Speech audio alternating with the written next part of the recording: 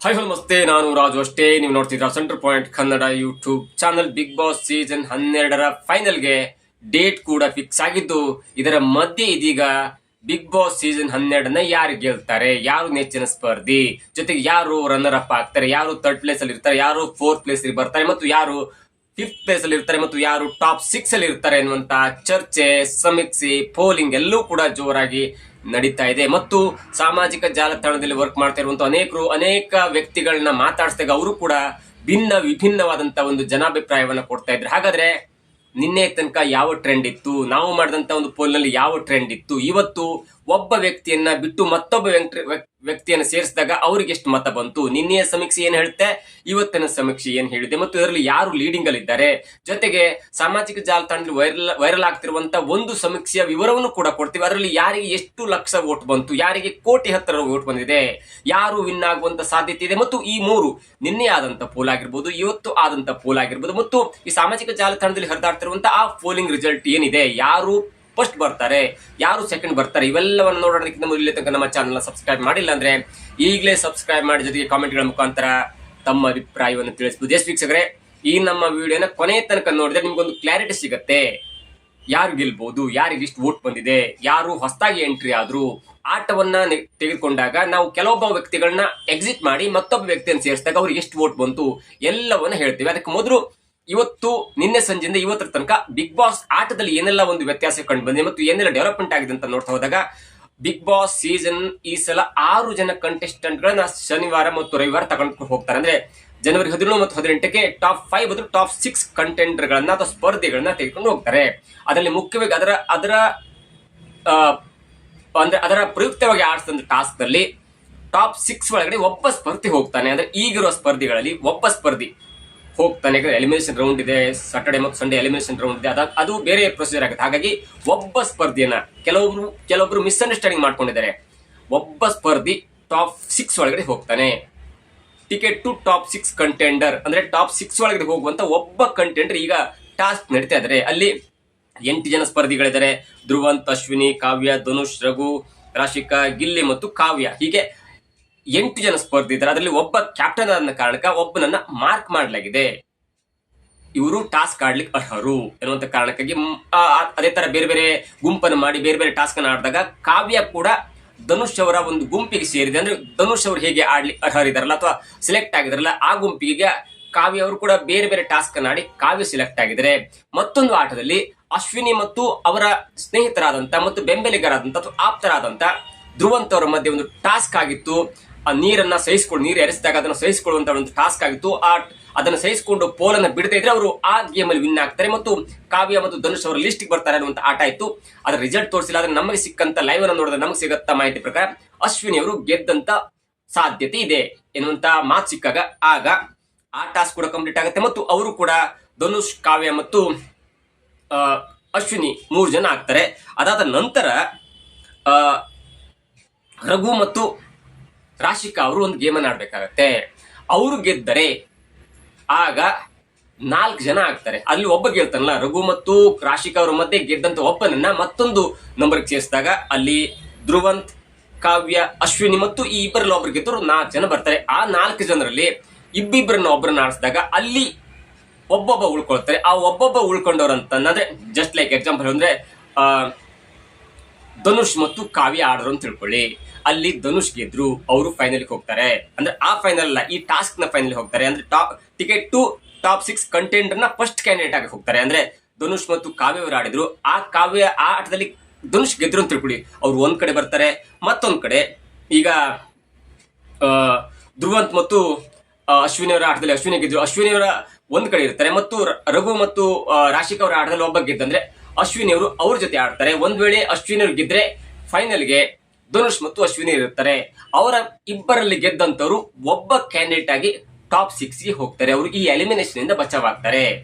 ಒಬ್ಬ ವ್ಯಕ್ತಿ ಮಾತ್ರ, ಒಬ್ಬ ಸ್ಪರ್ಧಿ ಮಾತ್ರ ಟಾಪ್ 6ಗೆ ಹೋಗುವಲ್ಲಿ, ಫೈನಲ್ಗೆ ಹೋಗುವಲ್ಲಿ, ಟಾಪ್ 6 ನ ಫೈನಲ್ ಹೋಗಲು ಒಬ್ಬ ಮಾತ್ರ ಟಿಕೆಟ್ ಅನ್ನು ಪಡೆದುಕೊಳ್ತಾರೆ. ಯಾಕಂದ್ರೆ ಈಗಾಗಲೇ ಇಬ್ಬರು ಆ ಟಾಪ್ 6 ನಿಂದ ಹೊರಗಿದ್ದಾರೆ. ಎಲಿಮಿನೇಷನ್ ಅಂತಲ್ಲ, ಅವ್ರಿಗೆ ಚಾನ್ಸ್ ಇಲ್ಲ ಅಂತಲ್ಲ, ಆದ್ರೆ ಈ ಟಾಸ್ಕ್ ಇಂದ ಹೊರಗಿರ್ತಾರೆ ಅಷ್ಟೇ. ಗಿಲ್ಲಿ ಮತ್ತು ರಕ್ಷಿತಾ ಶೆಟ್ಟಿ ಅನ್ನುವಂತ ಇಬ್ಬರು ಸ್ಪರ್ಧಿಗಳು ಹೊರಗಡೆ ಇದ್ದಾರೆ. ನಿಮಗೆ ಕ್ಲಾರಿಫೈ ಮಾಡ್ತೇನೆ, ಒಬ್ಬ ಸ್ಪರ್ಧಿ ಮಾತ್ರ ಟಾಪ್ ಸಿಕ್ಸ್ ಹೋಗುವಂತ ಅರ್ಹತೆ ಇರುತ್ತೆ ಇಲ್ಲಿ. ಅದಾದ ನಂತರ ಮತ್ತೆ ಎಲಿಮಿನೇಷನ್ ಆಗುತ್ತೆ, ಮತ್ತೆ ಆಟ ಆಗುತ್ತೆ, ಬೇರೆ ಬೇರೆ ಆಗುತ್ತೆ. ಆದ್ರೆ ಗಿಲ್ಲಿ ಮತ್ತು ರಕ್ಷಿತ್ ಶೆಟ್ಟಿ ಅವರು ಹೊರಗಿರ್ತಾರೆ, 6 ಜನ ಟಾಪ್ 6 ಹೋಗ್ತಾರೆ. ಇಲ್ಲ, ಈ ಆಟದಲ್ಲಿ ಗೆದ್ದವರನ್ನ ಮತ್ತೆ ಆಡಿಸಿ ಫಿಲ್ಟರ್ ಮಾಡಿ ಒಬ್ಬ ವ್ಯಕ್ತಿಯನ್ನ ಟಾಪ್ 6ಗೆ ಹೋಗ್ತಾರೆ. ಅದಾದ ನಂತರ ಮುಂದಿನ ಟಾಸ್ಕ್ ಮುಂದುವರಿಯುತ್ತೆ. ಇದು ಈಗಿನ ಲೆಕ್ಕಾಚಾರ. ಇನ್ನು ಬಿಗ್ ಬಾಸ್ ಆಟದಲ್ಲಿ ನಿನ್ನೆ ಒಂಥರ ಇತ್ತು. ಓಕೆ, ಒಂದು ವಾರದಿಂದ ಗಿಲ್ಲಿ ಅವರು ಸೋಲ್ತಾ ಇದ್ದಾರೆ, ಅವ್ರಿಗೆ ಸ್ವಲ್ಪ ಮತ್ತೆ ಕಡಿಮೆ ಬರ್ಬೋದೇನೋ ಅಂತ ವಿಚಾರ ಇದ್ರು ಕೂಡ ಮತ್ತೊಬ್ಬ ವ್ಯಕ್ತಿ ಗೆಲ್ಲೇಬೇಕಲ್ಲ, ಮತ್ತೊಬ್ಬ ವ್ಯಕ್ತಿ ಹವಾ ಮಾಡ್ಲೇಬೇಕಲ್ಲ, ಮತ್ತೊಬ್ಬ ವ್ಯಕ್ತಿ ಜನಪ್ರಿಯ ಆಗ್ಲೇಬೇಕಲ್ಲ. ಆ ಹಂತದಲ್ಲಿ ಕಳೆದ ಒಂದು 4-5 ದಿನಗಳಿಂದ ಅಶ್ವಿನಿ ಮತ್ತು ಧ್ರುವಂತ್ ಅವರು ತಮ್ಮ 100% ಎಫರ್ಟ್ ಅನ್ನು ಹಾಕ್ತಾ ಇದ್ದಾರೆ. ಧನುಷ್ ಅವರು ಕ್ಯಾಪ್ಟನ್ ಆದ ಕಾರಣ ಅವರು ಸೈಲೆಂಟ್ ಆಗಿರ್ಬೇಕಾಗುತ್ತೆ, ಮತ್ತು as usual he's an cool boy ಅಂತ ಹೇಳ್ಬೋದು. ಹಾಗಾಗಿ ಅವರು ಕೂಡ ಅಷ್ಟು ತೋರಿಸ್ಕೊಳ್ತಿಲ್ಲ.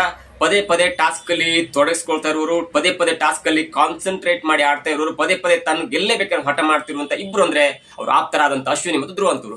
ಹಾಗಾಗಿ ಅವರಿಗೂ ಕೂಡ ಈಗ ಸ್ವಲ್ಪ ಮಟ್ಟಿನ ಓಟಲ್ಲಿ ವೇರಿಯೇಷನ್ ಆಗ್ತಾ ಇದೆ. ಅವರು ಬಂದ ಕಾರಣಕ್ಕಾಗಿ ಇದೀಗ ಲೆಕ್ಕಾಚಾರ ಉಲ್ಟಾ ಪಲ್ಟಾ ಆಗುವಂತ ಎಲ್ಲಾ ಲಕ್ಷಣ ಕೂಡ ಕಂಡು ಬರ್ತಿದೆ. ನಿನ್ನೆ ಆದಂತ ಒಂದು ವೋಟಿಂಗ್ ರಿಸಲ್ಟ್ ಅನ್ನ ಹೇಳೋದಾದ್ರೆ, ನಿನ್ನೆ ನಾನು ಗಿಲ್ಲಿ ಅವರನ್ನ ತೆಗೆದುಕೊಂಡಿದ್ದೆ ಟಾಪ್ ಕಂಟೆಂಡರ್, ಅಶ್ವಿನಿ ಅವರು ತೆಗೆದುಕೊಂಡಿದ್ದೆ, ಅವರು ಕೂಡ ಒಂದು ಟಾಪ್ ಕಂಟೆಂಡರ್. ಧನುಷ್ ಅವರು ಕ್ಯಾಪ್ಟನ್ ಆದ ಕಾರಣಕ್ಕೆ ಅವರನ್ನು ನಾನು ಲಿಸ್ಟ್ ನ ಇಟ್ಕೊಂಡಿದ್ದೆ. ರಕ್ಷಿತ್ ಶೆಟ್ಟಿ ಅವರಿಗೆ ಆಲ್ರೆಡಿ ಜನಪ್ರಿಯತೆ ಇದೆ, ಹಾಗಾಗಿ ಅವರನ್ನ ಇಟ್ಕೊಂಡಿದ್ದೆ. ಜನಪ್ರಿಯತೆ ಆಧಾರದಲ್ಲಿ 4 ಜನರನ್ನು ನಾನು ಪೋಲ್ ಇಟ್ಕೊಂಡಿದ್ದೆ. ಅವರಿಗೆ ಮತ ಬಂದದ್ದು ಮೊನ್ನೆಯಿಂದ ನಿನ್ನೆ ಸಂಜೆ ತನಕ 68% ಅಷ್ಟು ಗಿಲ್ಲಿ ಅವರಿಗೆ ಮತ ಬಂದಿತ್ತು. ಅಶ್ವಿನಿ ಅವರಿಗೆ 8% ಅಷ್ಟು ಮತ ಬಂದಿತ್ತು. ಧನುಷ್ ಅವರಿಗೆ ಕೇವಲ 2% ಬಂದಿತ್ತು. ರಕ್ಷಿತಾ ಶೆಟ್ಟಿ ಅವರಿಗೆ ಸೆಕೆಂಡ್ ಆಗಿ 22% ಅಷ್ಟು ವೋಟ್ ಬಂದಿತ್ತು. ಹಾಗಾಗಿ ನಾನು ಕಡಿಮೆ ಬಂದಂತ ಧನುಷ್ ಅವರನ್ನ ಇವತ್ತು ಪೋಲಿಗೆ ತೆಗೆದುಕೊಂಡಿರಲಿಲ್ಲ. ಇವತ್ತು ಬುಧವಾರ ಆದ ಕಾರಣಕ್ಕಾಗಿ ಅವ್ರನ್ನ ಪೋಲಿಂಗ್ ಅಂದ್ರೆ ಪೋಲಿಗೆ ತೆಗೆದುಕೊಂಡಿರಲಿಲ್ಲ, ಸಮೀಕ್ಷೆ ಆಧಾರದ ಮೇಲೆ ತೆಗೆದುಕೊಂಡಿರಲಿಲ್ಲ. ಇದು ನಿನ್ನೆ ಆಟ. ಜೊತೆಗೆ ಇವತ್ತಿನ ಆಟ ನೋಡಿದಾಗ, ಇವತ್ತು ಬೆಳಗ್ಗೆಯಿಂದ ಇಲ್ಲಿ ತನಕ ಆಟ ನೋಡಿದಾಗ Dhruvanth, Ashwini doing A fantastic job. ಜೊತೆಗೆ ಸೋಷಿಯಲ್ ಮೀಡಿಯಾದಲ್ಲಿ ಹರಿದಾಡ್ತಿರುವಂತ ಮಾತು, ಧ್ರುವಂತ್ ಅವರು ಕೂಡ ಟಾಪ್ ಕಂಟೆಂಡರ್ ಆಗಿದ್ದಾರೆ ಅನ್ನುವಂತ ಮಾತು. ಯಾಕಂದ್ರೆ ಮನೆಯಲ್ಲಿ 3 ಬೇಕಾಗತ್ತೆ. ಒಂದು ಟಾಸ್ಕ್ ಬೇಕಾಗತ್ತೆ, ಒಂದು ಕಂಟೆಂಟ್ ಬೇಕಾಗುತ್ತೆ, ಜೊತೆಗೆ ಮನೆಯ ವ್ಯವಹಾರವನ್ನ ನೋಡ್ಕೊಳ್ಳುವಂಥದ್ದು ಬೇಕಾಗುತ್ತೆ. ಆ ನಿಟ್ಟಿನಲ್ಲಿ ಧ್ರುವಂತ್ ಎನ್ನುವಂತ ವ್ಯಕ್ತಿ 3 ಮಾಡಿದ್ದಾರೆ ಅನ್ನುವಂತ ಮಾತು ಇದೀಗ ಸಾಮಾಜಿಕ ಜಾಲತಾಣ ದೊಡ್ಡದಾಗಿ ಹರಿದಾಡ್ತಿದೆ. ಟಾಸ್ಕ್ ವಿಚಾರದಲ್ಲಿ ನೋ ಕಾಂಪ್ರಮೈಸ್, ಸೋಲ್ಲಿ ಗೆಲ್ಲಿ ಎಫರ್ಟ್ ಅನ್ನು ಹಾಕ್ತಾರೆ. ಒಂದು ಮುಗಿತು. ಎರಡನೇದಾಗಿ ಮನೆಯ ವ್ಯವಹಾರ ಇದೆಯಲ್ಲ, ಕ್ಲೀನಿಂಗ್ ಆಗಿರ್ಬೋದು, ಬೇರೆ ಬೇರೆ ಕೆಲಸವನ್ನು ಕೊಟ್ಟಂತ ಕೆಲಸವನ್ನು ಅಚ್ಚುಕಟ್ಟಾಗಿ ನಿಭಾಯಿಸಿದಂತ ಒಬ್ಬನೇ ವ್ಯಕ್ತಿ ಅಂದ್ರೆ ಅದು ಧ್ರುವಂತ್ ಅಂತ ಹೇಳ್ತಾ ಇದ್ದಾರೆ ಸಾಮಾಜಿಕ ಜಾಲತಾಣದಲ್ಲಿ. ನಾವು ಅಷ್ಟಕ್ಕೆ ನೋಡಿ ನಾನು ಈಗೀಗ ಜಾಸ್ತಿ ಫೋಕಸ್ ಮಾಡ್ತೇನೆ ಬಿಗ್ ಬಾಸ್ ಬಗ್ಗೆ. ಮೂರನೇದಾಗಿ ಕಂಟೆಂಟ್ ನೋಡಿ, ಯಾರಾದ್ರೂ ಜಗಳ ಆದಕ್ಕೆ ತಿರುಗಟ್ಟು ಕೊಟ್ಟು ಕಂಟೆಂಟ್ ಕೊಟ್ಟು ನಗಿಸಿ ಇದ್ ಮಾಡಿ ಬಿಪಿ ಏರ್ಸ್ಕೊಂಡು ಬಿಪಿ ಕಡಿಮೆ ಮಾಡ್ಕೊಂಡು ರಕ್ಷಿತಾ ಶೆಟ್ಟಿ ಅವರಿಗೆ ಕಿತ್ತಾಡಿ ಜಗಳಾಡಿ ಏನಾದ್ರೂ ಒಂದು ಅಲ್ಲಿ ಸೈಲೆಂಟ್ ಕೂರದೆ, ಮಾಳು ಮತ್ತು ಧನುಷ್ ಅವರ ತರ ಸೈಲೆಂಟ್ ಕೂರದೆ ಏನಾದ್ರೂ ಒಂದು ಅಟ್ರಾಕ್ಟಿವ್, ಅದು ಪಾಸಿಟಿವ್ ನೆಗೆಟಿವ್ ಏನಾದ್ರೂ ಮಾಡ್ತಾರೆ. ಒಂದಿನ ಅಶ್ವಿನಿ ಜೊತೆ ಇರ್ತಾರೆ, ಒಂದಿನ ಗಿಲಿಯರ್ ಜೊತೆ ಇರ್ತಾರೆ, ಮತ್ತೊಂದಿನ ಅವ್ರ ಜೊತೆ ಇರ್ತಾರೆ, ಮತ್ತೊಂದಿನ ಇವ್ರ ಜೊತೆ ಇರ್ತಾರೆ. ಟೋಟಲಿ ಕಂಟೆಂಟ್ ಅನ್ನ ಕೊಡ್ತಾರೆ. 3 ಇರುವಾಗ ಯಾಕೆ ಅವರನ್ನ ನೆಗ್ಲೆಕ್ಟ್ ಮಾಡ್ತಾ ಇದ್ದಾರೆ ಅನ್ನುವಂತ ಮಾತು ಕೂಡ ಕೇಳಿ ಬರ್ತಿತ್ತು. ಆ ಕಾರಣಕ್ಕಾಗಿ ನಾನು ಇವತ್ತು ಧನುಷ್ ಅವರನ್ನ ಬಿಟ್ಟು ಧ್ರುವಂತ್ ಅವರನ್ನ ಪೋಲಿಗೆ ಸೇರಿಸ್ಕೊಂಡೆ. ಹಾಗಾಗಿ ಇವತ್ತಿನ ಪೋಲ್ ತುಂಬಾ ಕಾಂಪಿಟೇಷನ್ ಆಗಿತ್ತು. ನಿನ್ನೆ ಮಿನಿಮಮ್ 2% ತೆಗೆದುಕೊಂಡಂತ ಧನುಷ್ ಅವ್ರನ್ನ ಕೈ ಬಿಟ್ಟು ಧ್ರುವಂತ್ ಅವ್ರನ್ನ ಹಾಕಿದಾಗ ವ್ಯತ್ಯಾಸ ಕಂಡು ಬರ್ತಾ ಇದೆ. ಇಲ್ಲಿ ಪೋಲಲ್ಲಿ ತುಂಬಾ ವ್ಯತ್ಯಾಸ ಕಂಡು ಬರ್ತಾ ಇದೆ. ಹಾಗಾಗಿ ಇವತ್ತಿನ ಪೋಲನ್ನು ನೋಡೋದಾದ್ರೆ, ಇವತ್ತು ಆದಂತ ಬುಧವಾರದ ವೋಟಿಂಗ್ ರಿಸಲ್ಟ್ ಅನ್ನು ನೋಡೋದಾದ್ರೆ ಧ್ರುವಂತ್ ಅವರಿಗೆ 7% ಮತ ಬಂದಿದೆ. ಅದು ಹೆಚ್ಚಾಗುವಂತ ಚಾನ್ಸಸ್ ಇದೆ. ಈಗ ಶುರು ಮಾಡ್ಕೊಂಡಿದ್ರೆ ಧ್ರುವಂತ್ ಅವರು ಹೆಚ್ಚಾಗುವಂತ ಚಾನ್ಸಸ್ ಇದೆ. ಧ್ರುವಂತ್ ಅವ್ರ ಬಗ್ಗೆ ಪಾಪ ಯಾರು ಪ್ರಚಾರ ಮಾಡ್ತಿಲ್ಲ. ಹೊರಗಡೆ ಯಾವ್ಯಾವ ಲೆವೆಲ್ಗೆ ಪ್ರಚಾರ ಮಾಡ್ತಿದ್ರೆ, ಇಷ್ಟಿಷ್ಟು ಕಾರ್ ಬಿಟ್ಟಿದ್ದಾರೆ, ಎಲ್ಲವೂ ಗೊತ್ತುಂಟು. ಹಾಗಾಗಿ ಧ್ರುವಂತ್ ಅವರು ಇದೀಗ ಜಾಸ್ತಿ ಓಟನ್ನ ಪಡ್ಕೊಳ್ಳುವಂತ ಮತಗಳು ಬರುವಂತ ಎಲ್ಲಾ ಚಾನ್ಸಸ್ ಇದೆ. ಆದ್ರೆ ಮತ್ತೊಂದು ಸರ್ವೆ ಬೇರೆ ದೊಡ್ಡ ಲೆಕ್ಕಾಚಾರ ಹೇಳ್ತಾ ಅದನ್ನ ಹೇಳ್ತೇನೆ. ನಾನು ಕಂಡಕ್ಟ್ ಮಾಡಿದಂತ ಪೋಲ್ ಅಲ್ಲಿ ವಿತ್ ಡಾಕ್ಯುಮೆಂಟ್ ಕೊಡ್ತೀನಿ ನಿಮ್ಗೆ. ರಕ್ಷಿತಾ ಶೆಟ್ಟಿ ಅವರಿಗೆ ನಿನ್ನೆ 22% ವೋಟ್ ಇತ್ತು. ಇವತ್ತವರಿಗೆ 20% ಅಷ್ಟು ವೋಟ್ ಬಂದಿದೆ. ತುಂಬಾ ವೇರಿಯೇಷನ್ ನಿಮಗೆ. ಅದು ಯಾವ ಲೆಕ್ಕದಲ್ಲಿ ಕನ್ಸಿಡರ್ ಆಗತ್ತೆ ಅಂದ್ರೆ ದೊಡ್ಡ ಮಟ್ಟದಲ್ಲಿ ಕನ್ಸಿಡರ್ ಆಗತ್ತೆ. ನಿನ್ನೆ ಧನುಷ್ ಅವರಿದ್ರು, ಆ ಧನುಷ್ ಅವರನ್ನ ಬದಲು ನಾನು ಧ್ರುವಂತನ ತಗೊಂಡಿದ್ದೆ. ಅಶ್ವಿನಿ ಅವರಿಗೆ ನಿನ್ನೆ 8% 9% ತನಕ ಬಂದಿತ್ತು ವೋಟು. 9% ತನಕ ವೋಟ್ ಬಂದಿತ್ತು. ಆದ್ರೆ ಇವತ್ತು ಅವರಿಗೆ 7% ವೋಟ್ ಬಂದಿದೆ. ಕಾರಣ ಯಾಕಂದ್ರೆ ಧ್ರುವಂತ್ ಅವರು ಕಾಂಪಿಟೇಷನ್ ಕೊಡ್ತಾ ಇದ್ದಾರೆ. ಧ್ರುವಂತ್ ಅವರು ನಾಳೆ ನಾಡ್ದಿಗೆ ಹೋಗ್ತಾ ಇದ್ದಂತೆ ಅವರ ಒಂದು ಗ್ರಾಫ್ ತುಂಬಾ ಏರುವಂತ ಚಾನ್ಸಸ್ ಇದೆ. ತುಂಬಾ ದೊಡ್ಡ ವೇರಿಯೇಷನ್ ಆಗುವಂತ ಚಾನ್ಸಸ್ ಇದೆ. ಜೊತೆಗೆ ಗಿಲ್ಲಿ ನಿನ್ನೆ 68% ಅಂದ್ರೆ 1 ಕೋಟಿ ಅಂದ್ರೆ 68 ಲಕ್ಷ ಮತ ಅವ್ರಿಗೆ ಬಂದ ಲೆಕ್ಕಾಚಾರದಲ್ಲಿ 69% ಆಫ್ ವೋಟ್ ಅವ್ರಿಗೆ ಬಂದಿತ್ತು. ಎಷ್ಟು ಅಂದ್ರೆ ವೋಟ್ ಅನ್ನು ಲೆಕ್ಕ ಮಾಡ್ಲಿಕ್ಕೆ ಆಗತ್ತದನ್ನ. ಒಂದು ಕೋಟಿ ವೋಟ್ ಅನ್ನ ಪೋಲ್ ಆದ್ರೆ ಅದರಲ್ಲಿ 69-70 ಲಕ್ಷ ವೋಟ್ ಗಿಲ್ಲಿಗೆ ಅಂದ್ರೆ ಅದು ಯಾವ ಲೆಕ್ಕಾಚಾರ ಇದು? ಪ್ರತಿಯೊಬ್ರು ಕೇಳಿದ್ರು ಗಿಲ್ಲಿ ಇಲ್ಲ ಅಂದ್ರೆ ಶೋನಿ ಇಲ್ಲ, ಶೋನಿ ಫೇಕ್ ಅನ್ನುವಂತ ಮಟ್ಟಿಗೆ ಜನ ಮಾತಾಡ್ಕೋತಿದ್ದಾರೆ. ಗಿಲ್ಲಿ ಏನ್ ಗೆಲ್ಸಿಲ್ಲ ಅಂದ್ರೆ ಶೋನೆ ಫೇಕ್ ಆಗತ್ತೆ, ಅಲ್ಲಿ ಆ ಟಾಸ್ಕ್ ಇಲ್ಲ, ಮನೋಬಲ ಮೈಂಡ್ ಗೇಮ್ ಎಲ್ಲವೂ ಆಗತ್ತೆ ಅನ್ನುವಂತ ಮಾತು ಟಿಲ್ ಟುಡೇ ಈಗ ಸಂಜೆ ಸಿಕ್ಕಂತ ನಾನು ನೋಡಿದಂತ ಬೈಟ್ಗಳು ಹಾಗೆ ಅಂತ ಇದ್ದಾರೆ. ಫ್ಯಾಂಟಾಸ್ಟಿಕ್. ಮತ್ತೊಮ್ಮೆ ಹೇಳ್ತೇನೆ, ಇವತ್ತಿನ ಪೋಲ್ ಹೇಳ್ತೇನೆ, ಧ್ರುವ್ ಅಂತವ್ರಿಗೆ 7% ಇದೆ, ರಕ್ಷಿತಾ ಶೆಟ್ಟಿ ಅವರಿಗೆ 20% ಇದೆ, ಅಶ್ವಿನಿ ಅವರಿಗೆ 7% ವೋಟ್ ಬಂದಿದೆ, ಗಿಲ್ಲಿ ಅವರಿಗೆ 67% ಆಫ್ ವೋಟ್ ಬಂದಿದೆ. ಹಾಗಾಗಿ ಗಿಲ್ಲಿ ಈ ಶೋನ ಗೆಲ್ಲುವಲ್ಲಿ ಮತ್ತು ಇವತ್ತು ಅವರು ಕೂಡ ಇವತ್ತಿನ ತನಕ ಕೂಡ ಗಿಲ್ಲಿ ಅವರು ಡಾಮಿನೇಟ್ ಆಗಿದ್ದಾರೆ. ಮತ್ತು ಹತ್ರ ಕೂಡ ಯಾರು ಇಲ್ಲ ನೋಡಿ, 60%, 40%, 60%, 55% ಅಂದ್ರೆ ಕಾಂಪಿಟೇಷನ್ ಇದೆ ಅಂತ ಹೇಳ್ಬೋದು. ಆದ್ರೆ Gilli is far away from the second competitor called as Rakshita Shetty. ಅದಕ್ಕಿಂತ 50-60% ಮುಂದಿದ್ದಾರೆ ಅಂದ್ರೆ ಅದು ಯಾವ ಮಟ್ಟಿನ ಜನಪ್ರಿಯತೆ ಅಂತ ಹೇಳ್ಬೋದು. ಇನ್ನು ಸೋಷಿಯಲ್ ಮೀಡಿಯಾದಲ್ಲಿ ಒಂದು ಸರ್ವೆ ಹರಿದಾಡ್ತಿದೆ. ಅದು ಇನ್ ಟರ್ಮ್ಸ್ ಆಫ್ ಕ್ರೋರ್ ಲೆಕ್ಕದಲ್ಲಿ ಅವರು ಕೂಡ ಬೇರೆ ಬೇರೆ ತರ ವೋಟ್ ಅನ್ನ ಮಾಡಿದ್ರೆ, ಯಾವ ಲೆವೆಲ್ಗೆ ವೋಟ್ ಮಾಡಿದ್ರೆ ಗೊತ್ತಿದೆ, ಫೋಲ್ ಮಾಡಿದ್ರೆ ಗೊತ್ತಿದ್ರೆ, ಸಮೀಕ್ಷೆಯ ಆಧಾರದ ಮೇಲೆ ಅವರು ಕೂಡ ಒಂದು ಡಾಟಾವನ್ನು ಹಂಚಿಕೊಂಡಿದ್ದಾರೆ. ಅದು ಕೂಡ ಜನಪ್ರಿಯವಾಗ್ತಿದೆ. ಅಲ್ಲಿ ನೋಡೋದಾದ್ರೆ ಗಿಲ್ಲಿ ಅವರಿಗೆ 83 ಲಕ್ಷ ಚಿಲ್ಲರೆ ವೋಟ್ ಬಂದಿದೆ. 83 ಲಕ್ಷ ಚಿಲ್ಲರೆ ವೋಟ್, 33% ಅಷ್ಟು ಅವರಿಗೆ ವೋಟ್ ಬಂದಿದೆ. ಜೊತೆಗೆ ರಕ್ಷಿತಾ ಶೆಟ್ಟಿ ಅವರಿಗೆ 40 ಲಕ್ಷಕ್ಕೂ ಹೆಚ್ಚು ಮತ ಬಂದಿದೆ, 16% ಅಷ್ಟು ವೋಟ್ ಅವರಿಗೆ ಬಂದಿದೆ. ಅಶ್ವಿನಿ ಅವರಿಗೆ 29 ಲಕ್ಷ ವೋಟ್ ಬಂದಿದೆ, ಅವರಿಗೆ 12% ಆಫ್ ವೋಟ್, ಅಂದ್ರೆ ನಾವು ಪರ್ಸೆಂಟೇಜ್ ಲೆಕ್ಕದ 12% ವೋಟ್ ಬಂದಿದೆ. ಕಾವ್ಯ ಅವರಿಗೆ 29 ಲಕ್ಷ ವೋಟ್ ಬಂದಿದೆ, ಅವರಿಗೂ ಕೂಡ 12% ವೋಟ್ ಬಂದಿದೆ. ರಘು ಅವರಿಗೆ 24 ಲಕ್ಷ ವೋಟ್ ಬಂದಿದೆ. ಯಾರು ವೋಟ್ ಹಾಕಿದ್ರಂತ ನನಗಂತೂ ಗೊತ್ತಿಲ್ಲ, ಅವರು 10% ವೋಟ್ ಬಂದಿದೆ. ಧ್ರುವಂತ್ ಅವರಿಗೆ 20 ಲಕ್ಷ ವೋಟ್ ಬಂದಿದೆ, 9% ಅವರಿಗೆ ವೋಟ್ ಹಾಕಿದ್ದಾರೆ ಅನ್ನುವಂತ ಮಾತು. ಯಾರು ಹಾಕಿದ್ರು ಹಾಕಬಹುದು, ಆದ್ರೆ ರಘು ಅವರಿಗೆ ಯಾರು ಹಾಕಿದ್ರು ಗೊತ್ತಾಗ್ತಿಲ್ಲ. ರಾಶಿಕಾ ಅವರಿಗೆ 20 ಲಕ್ಷ ವೋಟ್ ಬಂದಿದೆ, ಸರಿಸುಮಾರು 8% ಆಗುತ್ತೆ, ಹೆಚ್ಚು ಕಡಿಮೆ, ನಾನು ನಂಬರ್ಸ್ ಎಕ್ಸಾಕ್ಟ್ ಹೇಳ್ತಿಲ್ಲ. ಅವರಿಗೆ 8% ವೋಟ್ ಬಂದಿದೆ. ಧನುಷ್ ಅವರ ವೋಟ್ ಅನ್ನ ಅದು ಬಿಟ್ಟಿಲ್ಲ, ಅದು ಯಾಕಂತ ನನಗೆ ಗೊತ್ತಿಲ್ಲ. ನೋಡಿ ಮತ್ತೊಮ್ಮೆ ಹೇಳ್ತೇನೆ, ಗಿಲ್ಲಿ ಅವರಿಗೆ 83 ಲಕ್ಷ, ರಕ್ಷಿತಾ ಶೆಟ್ಟಿ ಅವರಿಗೆ 40 ಲಕ್ಷ, ಅಶ್ವಿನಿ ಅವರಿಗೆ 29 ಲಕ್ಷ ಹಾಕುವಂತ ಚಾನ್ಸಸ್ ಇದೆ, ಹಾಕಿಸುವಂತ ಚಾನ್ಸಸ್ ಇದೆ. ಕಾವ್ಯ ಅವರಿಗೆ 29 ಲಕ್ಷ ಅಂತೆ, ಅದು ಯಾರು ಹಾಕಿದ್ರೆ ಅರ್ಥ ಆಗ್ತಿಲ್ಲ. ರಘು ಅವ್ರಿಗೆ 24 ಲಕ್ಷ ಅಂತೆ, ಅದು ಯಾರು ಹಾಕಿದ್ರೆ ಅರ್ಥ ಆಗ್ತಿಲ್ಲ. ಧ್ರುವಂತ್ ಅವ್ರಿಗೆ 20 ಲಕ್ಷ ಅಂದ್ರೆ ಓಕೆ, ಜನಪ್ರಿಯರಾಗ್ತಿದ್ರೆ ಹಾಕ್ಬಹುದು, ಗೊತ್ತಿಲ್ಲ.